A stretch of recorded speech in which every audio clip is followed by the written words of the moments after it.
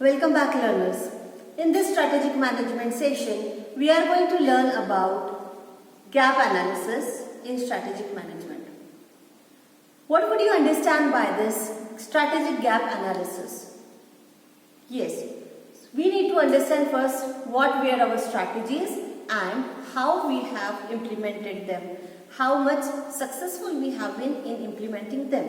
So today's session is going to be about understanding these strategies and identifying the gaps between actual versus desired output. So let us start again going back to our strategic goals and objectives. Friends, the strategic goals and objectives were decided to give us a track about how and what to achieve in the future specific period. So if we have a target for this quarter or an year, will you check it at the end of the year whether we have achieved it or not? You will be keeping a track to understand whether we are able to achieve it within the time frame. That means we will continuously be observing our goals and objectives and taking all the care to meet them at the specific period. This is because when we had decided these strategies, they had some time frame. They had some objectives to be achieved, which were divided over a period of time and also among various departments who would be involved in them. So, gap analysis is nothing but comparing the actual versus planned or desired output in terms of our strategies. So, the strategies, when we were discussing about designing the strategy, it was obviously about minimizing our cost and maximizing our output in whatever means the company is dealing. So, there are certain steps involved in gap analysis. Let us understand them in short, one by one. First is consider the SMART goals: specific, measurable, attainable, realistic and time bound. So these 5 factors had given you the goals which were supposed to be achieved within time frame and with certain objectives which we call as SMART. When will you come to know whether these goals are achieved or not? So if you have set a goal for let us say for example a quarter, so at the end of the quarter you will compare these goals and you will also compare how much we have achieved. So this would be gap analysis. So what you would need for this is a historical data to compare something with and also the present data. So taking the historical data and actual data, the last stage is to compare and compile it. Now let me give you one small example and understand why this gap analysis is required and what it denotes. The first thing, if the strategies are planned in a poor way and they fail, if the planning fails, then the outcome will also be not productive. That means failure to plan strategically would lead to failure to meet basic targets even, and the company will not be able to even identify its full potential.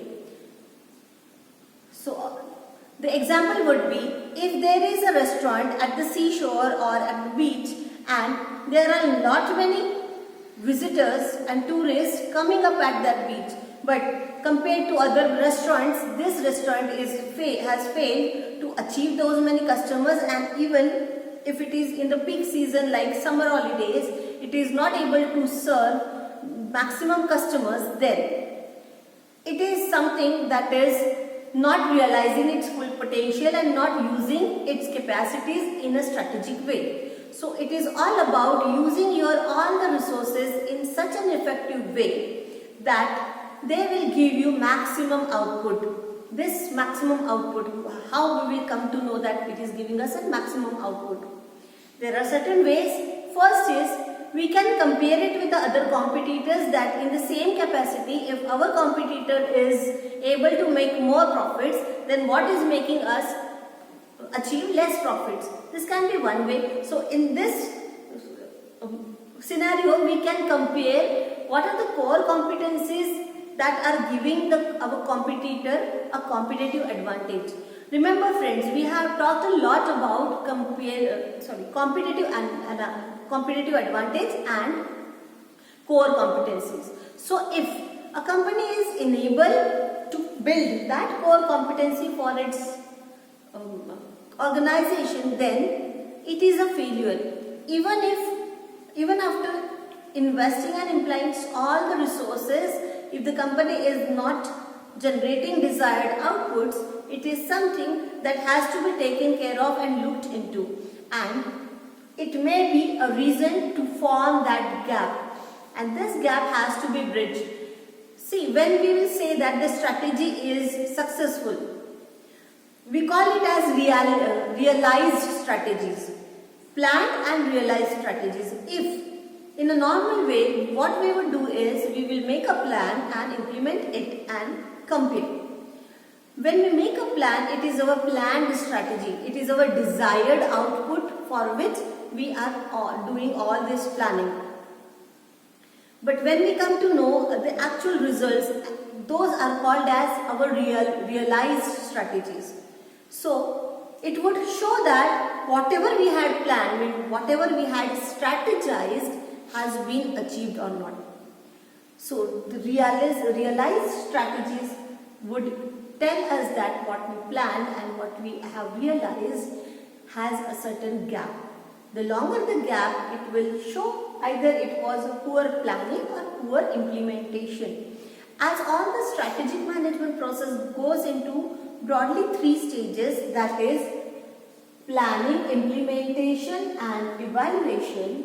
This is extremely important. As rightly said by the popular strategies that 80% of the company's efforts should go into planning. If the planning is perfect and with all the backups and all the contingent situations that may come into a scenario, the better it will be to realize them effectively. So the full potential has to be realized. This is what the objective of the gap analysis, to identify whether we are using all the resources effectively or not. So how can we come to know whether or how can we conduct this gap analysis? So when we say that desired and output has a certain gap, there has to be some methodologies or some tools to support us to come to that. So instead of talking about tools specifically for gap analysis, it is easier to see what measures you had used to measure your goals and objectives. So if we say that we want to achieve this McKinsey 7S module and implement it, where we had talked about some soft and hard skills to be implemented in the organization. So if an organization is having an objective that all of my employees should have a kind attitude, a hardworking attitude, devotion, and also they should have a very good interpersonal communication within the organization. If this was the goal, we can compare whether it is achieved or not. So how will we come to know that? If there are conflicts, if there are complaints, if there are grievances received or observed even and notified, documented and being presented, that will show.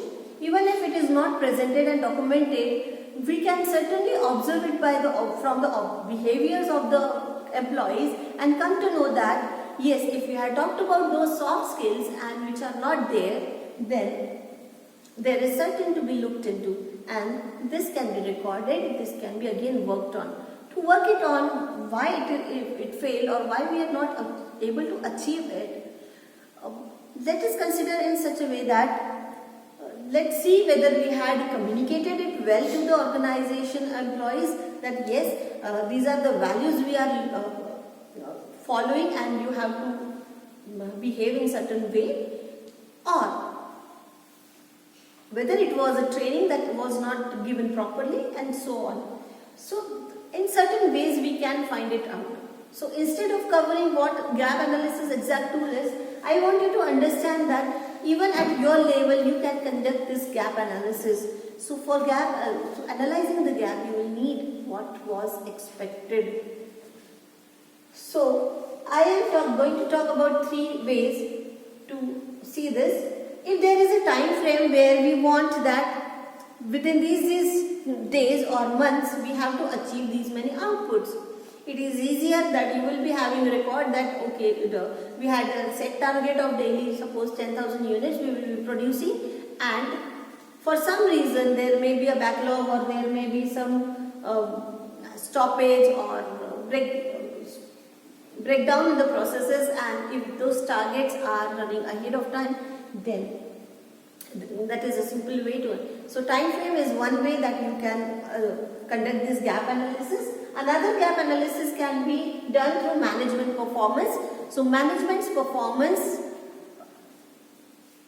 we must be having certain goals or certain key indicators that we had decided to measure this performance. Consider those all performance measurements indicators and compare. And the third is budget constraints.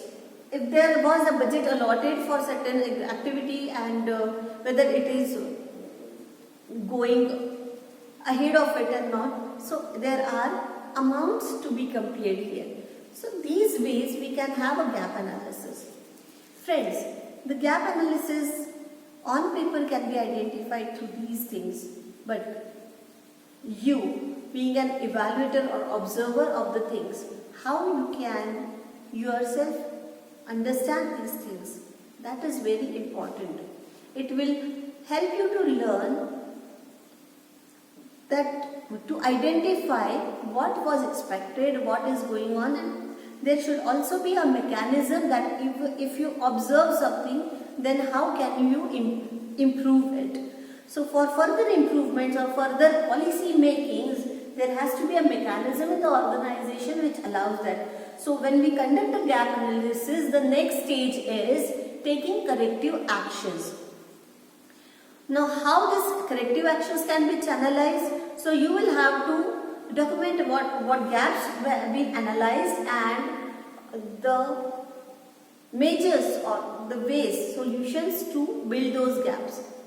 So suppose suppose on the basis of McKinsey's model, we have observed that there are no shared values in the organization, because at random, if a CEO walks into an organization and at random he talks to any employee of the organization and asks what are the values or what is the mission of our organization, if that employee fails to tell that, it itself shows that there is lack of communication, and also there is a need to be very sure that what has been communicated is being followed and implemented. So here also, with just a small example, we can come to know that there is a more need to communicate those values to the employees. It gives the split ends to many questions, like whether they have been induced through induction program about the values or not. Can they constantly or frequently see that values and missions, like presenting them or keeping them on the boards in every department and nearby walls. So these are some ways to communicate them. And also, if the company is having, as expected, that all the companies must be ethical in their operations and activities, so these ethics are needed to be communicated again and again. So what are the ways that these values are being communicated to them? So on this example we can understand. Another example is when we talked about strategic goals to be planned, then we also talk about expanding our business into national, regional or international market. How we are dealing with that? how our portfolios are performing. If we talk about the financial gap analysis, that strategically we had the financial strategies to achieve these many targets. Have we achieved them or not? So even after our investments, if we are not able to derive the average rate of profits of the industry, then what is making us perform poor? This can be thought on. And friends, this is in short about the gap analysis that is conducted under the strategic management. So I hope you will again go through, as I always tell you, that keep on searching the gap analysis and the topics, related topics, and compare those companies, see what data you can get and study it. If you have any queries, you can definitely come back to me, unless and until I bring you the next management lesson. Keep watching and keep learning. Thank you.